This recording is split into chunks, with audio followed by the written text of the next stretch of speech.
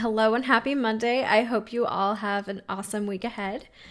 So, something that has been on my mind recently because we've been actually interviewing candidates at work, and it comes up a lot, I think, in conversations with friends who are applying for new jobs, is interviewing. So, I wanted to go back to the basics, interview 101 for this podcast. Take you back to my favorite college class. I took an interviewing class. It was so helpful. And then I want to talk through some real life experience from both sides of the table. So, from being a candidate, and I've done many, many interviews in different capacities with different companies, from jobs I've landed, jobs I've not landed, to being the actual interviewer and, my perspective from that side of the table. So let me take you back. My favorite college class, as I said, I was interviewing. We, talked a lot about the psychology behind interviewing, how to prep your resume. But so toward the end, we actually got into mock interviews, and that was so helpful. So in this class, the final presentation, the teacher had us come dressed to impress. We had to pick a company that we were interviewing for. Someone was the interviewer, someone was the interviewee. We presented our resume. We told the class, here's the company, here's the role I'm applying for. And then we did an interview in front of the whole class, all of our peers, and they gave us constructive feedback. So, quite honestly, I feel like that experience, I was way more nervous going in front of my peers and being vulnerable in front of them, sharing my past experience that I wouldn't maybe share in a job interview than I would be in front of a stranger. If you're like me, I think it's always like more high stakes or embarrassing, or you just feel more judged when you're in front of people your own age and your peers. So doing that definitely got me over the hump. And once I did that and they gave me really positive feedback, I was like, you know what? If I'm going to go interview with a couple strangers, I've already done this hard part. So I highly, highly, highly recommend practicing with family and friends. I know sometimes that can be really intimidating too, especially family. So if you can get over that fear and just get in the open improv stage and, practice with a few friends, practice on the phone, practice over Teams or the computer or Zoom, practice in person, because interviews nowadays are conducted across all of those methods, definitely helpful. And also, I think phone interviews can be most challenging because, one, you can't see the person's facial expression. So it's a little hard to judge, what they're thinking. You can't read the room, as they say. And two, it's not like you have a screen to focus on and somebody that you're talking to. So I think it's much easier to kind of lose track of your thoughts, which is the worst thing in an interview. It's definitely happened to me. So that's where the prepping and all that kind of improving definitely comes into play. All right, so let's first talk prep. I want to talk prep, then I want to talk getting into the interview, actually day of interview, attending the interview, post-interview. So prep. If you're interviewing multiple places, do not turn down the interviews. Just because one is your dream job and another you're like, I don't really think I'm going to work here. Do it anyway, because it's excellent, excellent practice. So that's a great way to get in the flow. The job I have now, it was a really high stakes interview. It was a 6-hour on-site interview for my final interview with probably 12 to 15 different people throughout the day. After multiple rounds of interviews with the recruiter, the hiring manager. So thankfully, I'd been interviewing at a couple places, so I kind of had my answers by the time I got to the one I really, really knew I wanted. I had them rehearsed, I had them down. So it's really helpful, and it gives you that high stakes, real setting feel of, how is this going? So it's like a dress rehearsal for the main show is how I look at it. So they're great practice, great way to get in the flow. And that way you're not rusty when the job comes around that you really want. So as I kind of just alluded to, typically there's an initial phone screen with somebody from HR, typically the recruiter. They want to make sure that, beyond your resume, they get a feel for you. You are who you are, you say you are on paper. They want to make sure, you have valid answers, you can speak okay, you can talk to some points that maybe relate your experience to the job. They just want to make sure they feel like, okay, I liked this person on paper enough to schedule them for a phone screen. And now that I've met them on a phone screen, like I would feel comfortable passing them to the next person in line. So that's really like the goal of the phone screen, in my belief and my experience. So then they would likely pass you on to the hiring manager and any additional interviewers.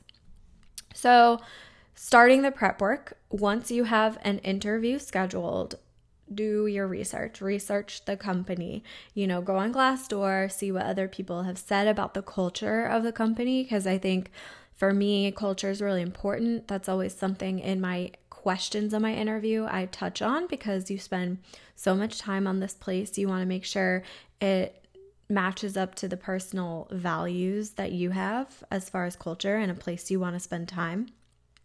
Research, obviously, their website, because you could get questions on, how well do you know the company? In your own words, what do you think this company does? Things like that.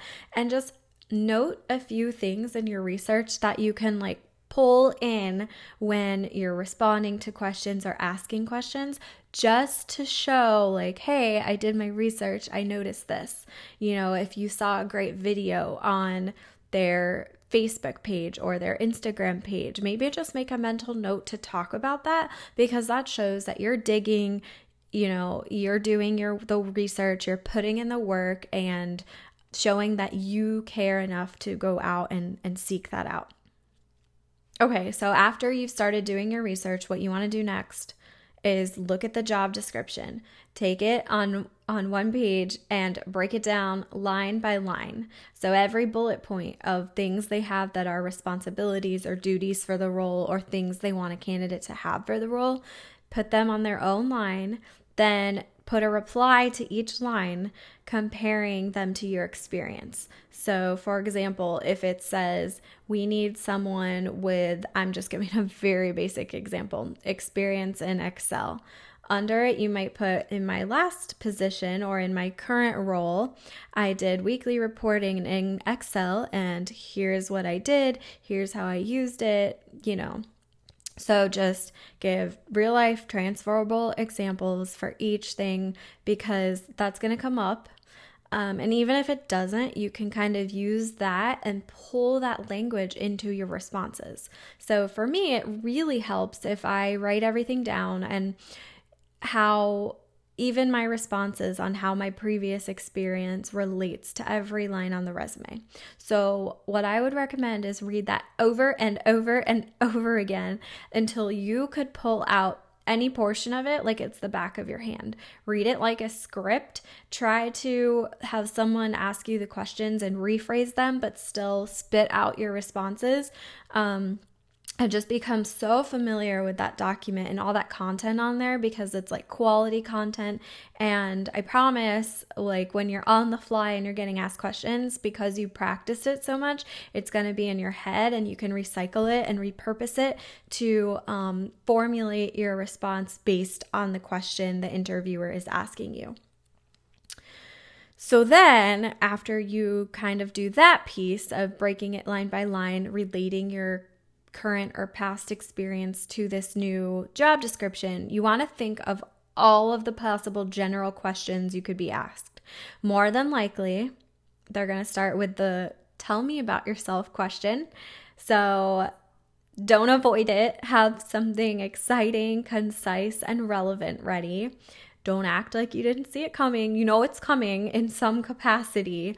And, it's the opening question too. So come ready, bring it. Don't be you want to say, this is who I am.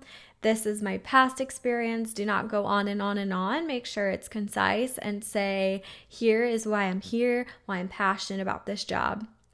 Another thing people always want to know is why are you leaving your current role? What's wrong with it? So if you can find a really a really nice way to say that and kind of explain in that, then they don't have to ask you. It doesn't have to come up in the interviewer's mind. They're like, oh, okay, that's why they're here. So, if it's growth, let's say, if you're just stuck and you can't get any further in your current role and you really want to grow, you could say like, I'm so excited for this opportunity because it's really the next step for me, and it's, where I could see myself growing for the next like 5 to 10 years. And I just don't have that opportunity in my current role. Something like that, just to address it, get it out of the way.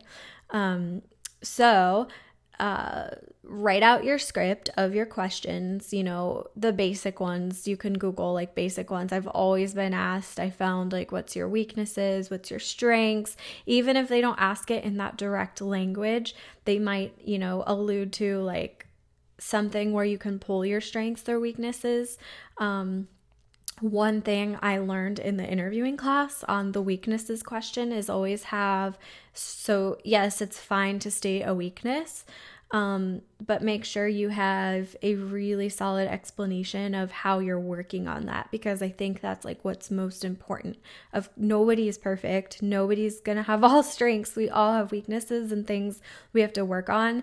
But I think if you can show the self-awareness first of, yes, I know that this is, I've taken feedback from managers or just from self-reflection. I know this is something I have to work on, and here's how I'm working on it. The here's how part is like way more important than what the weakness is, So for me, I know it's always saying no is a weakness. So in work, when I've been asked, I really want to help. I want to, appease my manager. So I take on so many things because I am afraid, to say no. And I always want to say yes, yes, yes. But I've found, then you're just kind of scraping the surface. You don't get to dig into any one thing. So I've worked on that by learning to trust my peers and delegate tasks and set boundaries and a timeline for myself. So that's just kind of like one example.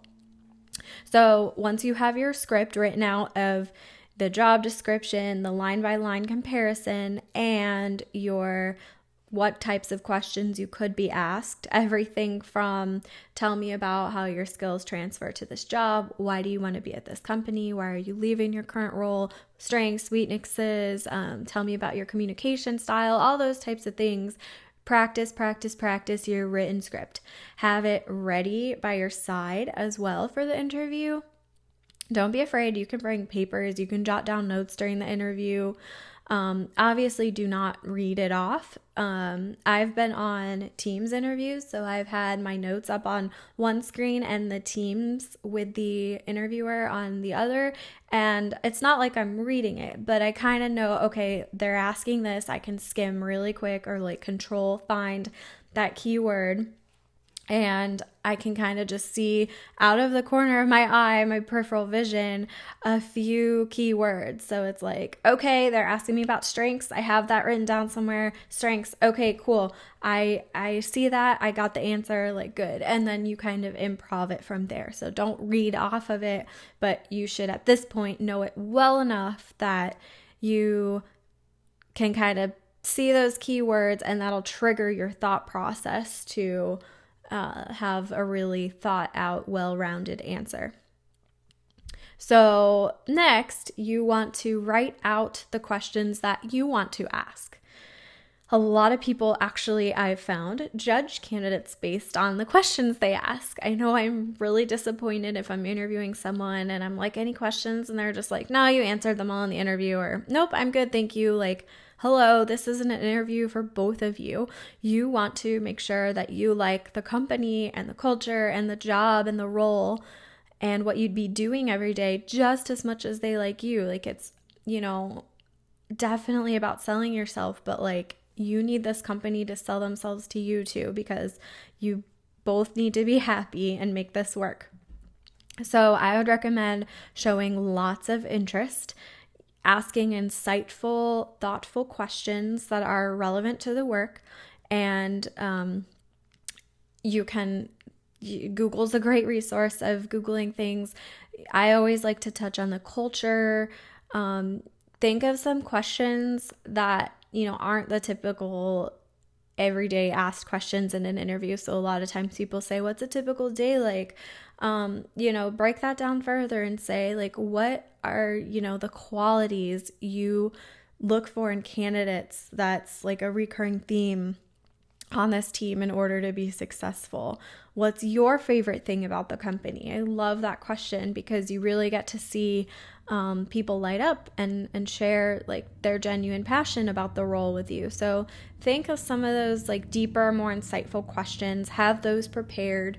And of course, naturally, if your interview is going well, and it's conversational, jot down some notes along the way, and you can always ask, for clarification and someone to kind of elaborate more on something they mentioned. I think that's a really great way to connect in an interview. So if someone says something that kind of intrigued you, write it down, come back to it, because that shows, 1, you're listening, 2, you're intrigued, 3, it gives them the opportunity to elaborate, share more. You're building a connection, and you can save that for your follow-up email after the interview. So again, think of qualities that are important to you in a job and turn them into questions. Next, you'll want to do a dry run. So if you've never been there before to the actual physical building, let's say you're now going on site, you've had your phone screen, you've done your other Teams interviews, it's time to go on site. Or even if your first interview is in person, I would highly, highly recommend driving to the physical building at the time of your interview. So do it maybe like a couple days prior, just so you can kind of have a gauge on how traffic is. If it's a big building, you would know where to park, pinpoint where the front door is, find all those things. Make sure your car is filled up with gas, all of those things, so you're not like stopping on the way there. I had one morning where I had like really chipped nail polish and totally had forgotten about it. And I'm driving on my way to the interview, I kid you not. And I stopped at Walgreens, got nail polish remover. I'm in my suit, all dressed up, removing my nail polish in the parking lot of CVS and then driving to the interview. So leaving time for none of that, thinking all those things ahead. So that way, all you have to focus on the morning or time of your interview is getting there, you know where to go, taking that commute period to pump yourself up, whatever that looks like. And I will talk about that more in our day of interview planning. Okay, so let's move to day of interview. First things first, you want to ensure you can step away from your current role and your current work without being distracted. Obviously, do not tell your current employer. Never tell them unless you've signed an offer letter. But if you have to take PTO, paid time off, do that, whatever it is, so that you are solely focused. You don't have emails, communications coming in. You need this interview to be your sole focus and put every effort in your brain towards it. I can tell you a time when I was very ill prepared and I couldn't step away. It was a lunchtime interview. I had to go out to my car, drive to a new parking lot, and I made up some story of like, oh, can't join you guys for lunch today, I gotta go do this, whatever. So I get to the spot where I was gonna do the interview from my car at lunch, and I realized like I forgot my notes in my bag that's sitting under my desk. And so I literally had to do this whole interview without my notes. And I didn't get the job. And I knew like as it was coming out of my mouth that I was bombing it. So do not let that happen to you. That was like 7 years ago, and I have since learned my lesson. So actually, I'm glad that happened because it never happened again. Next, dress to impress. Again, do not leave this for the morning of either. Do a try on of your whole outfit. In our interviewing class, we did touch on, having something that they being the company and the people interviewing you like would remember, so like for example, blue. Like if blue is your best color, you feel confident in it, and it's like a really good statement of blue. Put on like your favorite beautifully colored blue shirt under your blazer, because then it's like, you kind of pop out, you stand out a little, and they get to like get a feel for, a sense of who you are as a person and like what your style is. So with that though, don't get too crazy. I mean, I would always dress like extremely conservative for an interview. Like I would never wear anything less than a suit. If you don't have a suit, go invest in one.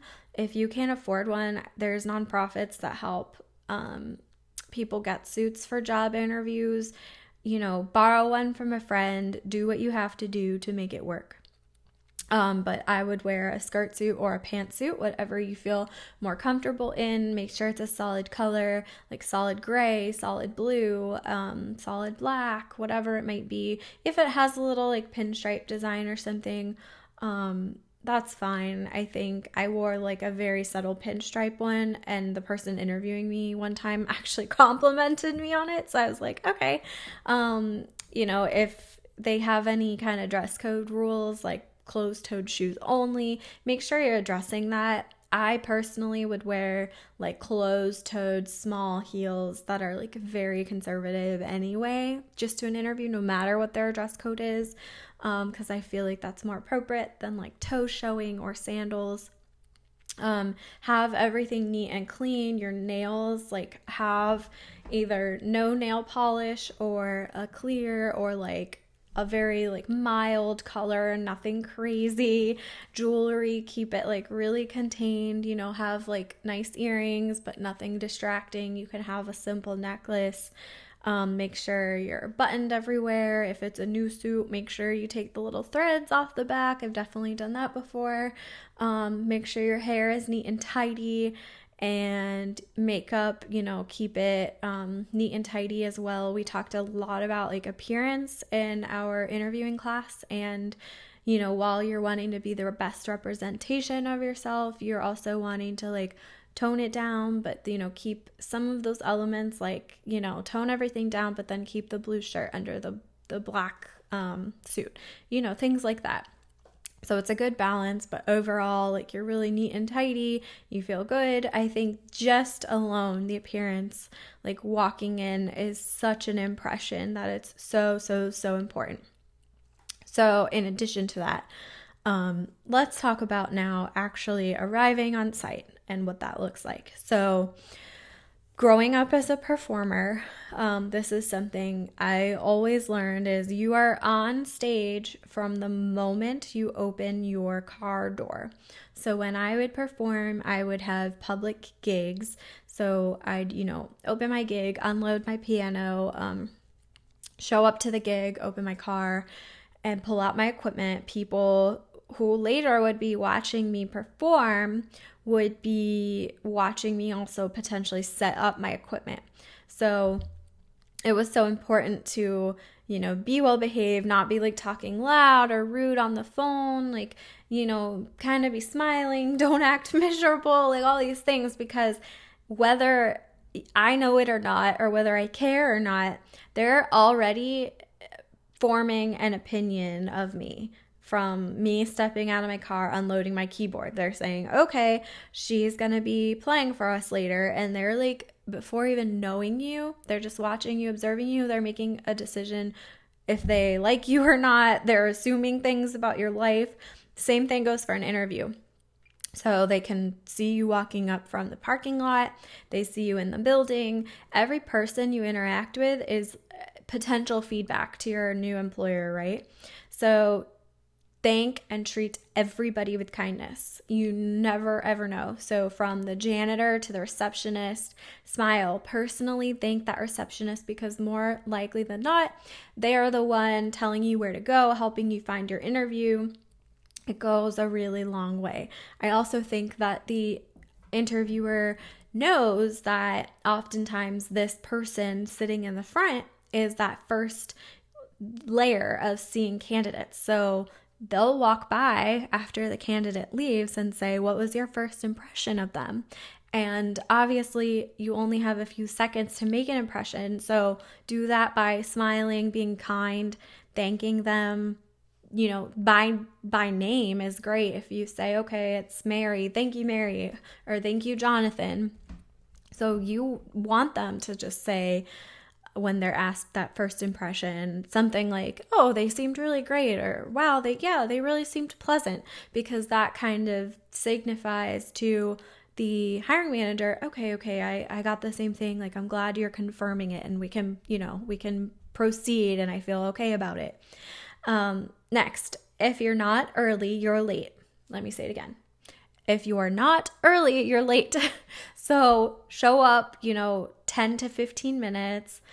I would say 10. Like, for me, I think what's best is get there like 15, 20 minutes early and just sit in your car.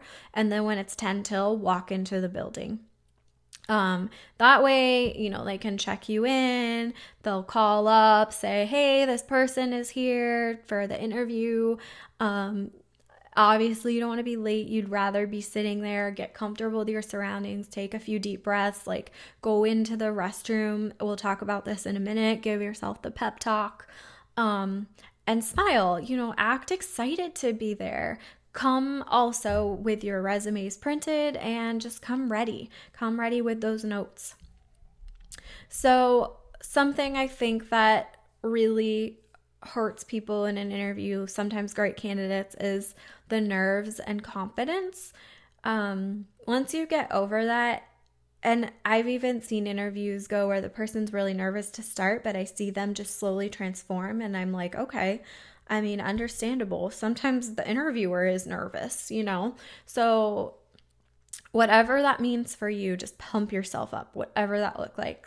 So for me, it's blasting a song in the car.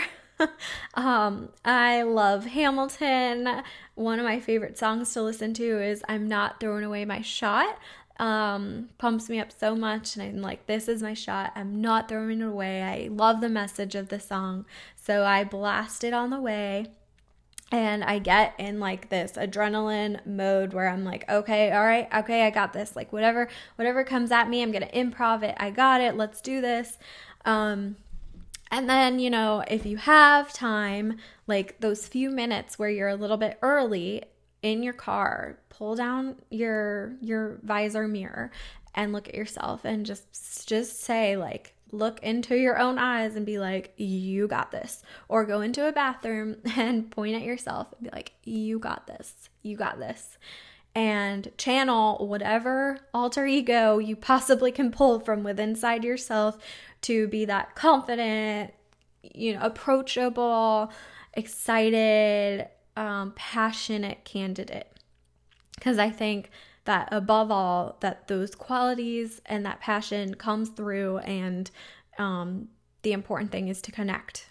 Okay, so now you're in the room. Here comes the interviewer. Stand up, shake their hand, make eye contact, say nice to meet you, sit down, kind of like let them take the lead and you follow. So if you're seated, obviously they'll start. Just don't get right into it. Give them the opportunity to lay the land. Like, give them the opportunity to introduce themselves, to tell you the format of the interview, how the day is going to go. Let them guide, because they're the one who's going to be most likely be driving the questions. So, take that beat, give that moment, take your deep breath, have your notes just, in your head repeatedly, like, no, you got this, and be at that at ease, relaxed state. So if at first you feel like you're nervous and you might freeze or forget a question, just pause. And it's okay if you need them to repeat the question. Be honest and just say, listen, I really want this. I'm really nervous. As we get going, I'll get over that. But do you mind repeating the question? I just needed a moment to think about it. And I think that honesty goes a long way, because rather than not saying anything and just flubbing a question, this is immediately building trust. And then hopefully you don't have to do that more than once. Get the one nervous thing out of the way and then pull it together from there. Because I think once you get in the flow, you're in the flow, and those nerves start to fizzle out. The butterflies in the tummy start to fizzle out.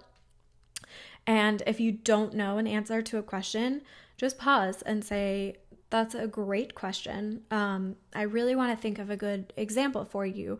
Do you mind if I come back to it? Or just give me one moment to think on that, and you can kind of reference your notes.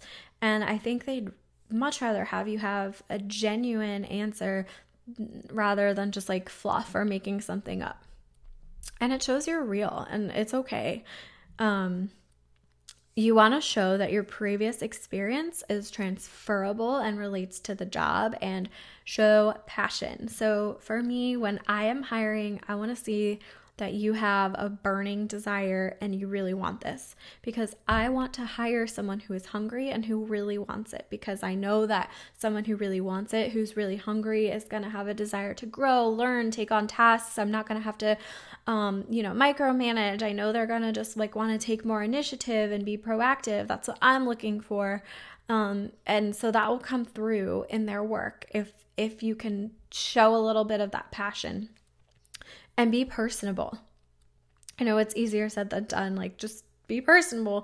People want to hire people they feel comfortable around. Or as they say, people want to hire people they could grab a beer with. So try to find some way to connect with the interviewer and remember something about them, and then jot that down for your thank you letter later. As you're leaving, thank everyone for their time. Say it was nice to meet them. If you get the opportunity to close and make one more statement, close with passion. You know how you're really hopeful for this opportunity. Say it's your dream role if it is. Like, I think that's awesome. Put yourself out there. Go for it. Just show you really want it. And people might just want to help you out and give you that shot. Thank the receptionist or whoever walked you in on the way out. Go home, and before you do, ask the recruiter or the hiring manager what to expect next in the process, so that when you go home, you already have an idea what is next. While you're there, if you need to get any emails, typically you can get them from the recruiter. So maybe that's something you ask them first thing, and so that while you're doing the interviews, they can send you the contact information. Or if you're on site, ask each individual, do you have a business card with your email address on it? I'd like to follow up, or something like that. Or the interviewer or the recruiter can provide them to you later. But you definitely, as soon as you get home, want to start crafting those thank you emails. And if you interviewed with like a group or a larger group, I would follow up with them each individually. I think it's really nice because during that time, as you were taking notes, hopefully you jotted down something about each individual, like something that you talked about, something that they shared about the role that you can then reiterate in that email to come full circle, remind them like you're really listening. It also creates like kind of an unconscious bond with that person, and just showing that you're taking the time to individually email each person, I think is really wonderful, really professional. So put a lot of thought into that, but don't make it too long. Like, nobody wants to read a paragraph. Definitely, I think short and sweet. Mention something you specifically talked about, and then thank them again for their time. Say you're looking forward to the next step, etc. So, hopefully at this point, I have shared just a few tips to help you land that next position and prep for the interview. If there's any topic you would like to dive into more, I'm really happy to listen to feedback. Also, I would love to hear all kinds of stories about your interviews, of horror story interviews or interviews that went exceedingly well. I shared just a couple of my stories here, and I think every time you practice an interview, you're getting better and better and shaping yourself for that next one, and that just might be the dream job or the job you really want to land. So always, take opportunities as they come to prepare and practice and write down notes as much as you can. Do what it takes to, exude the confidence and be at ease. And good luck out there. I cannot wait to hear your success stories. Again, thank you so much for listening. If you could go hit a 5-star rating on Spotify or Apple Podcasts, I'd really appreciate it. It helps my podcast get heard by more listeners. And don't forget to connect with me on Find Your Wings podcast on Instagram. Have a great week, everybody.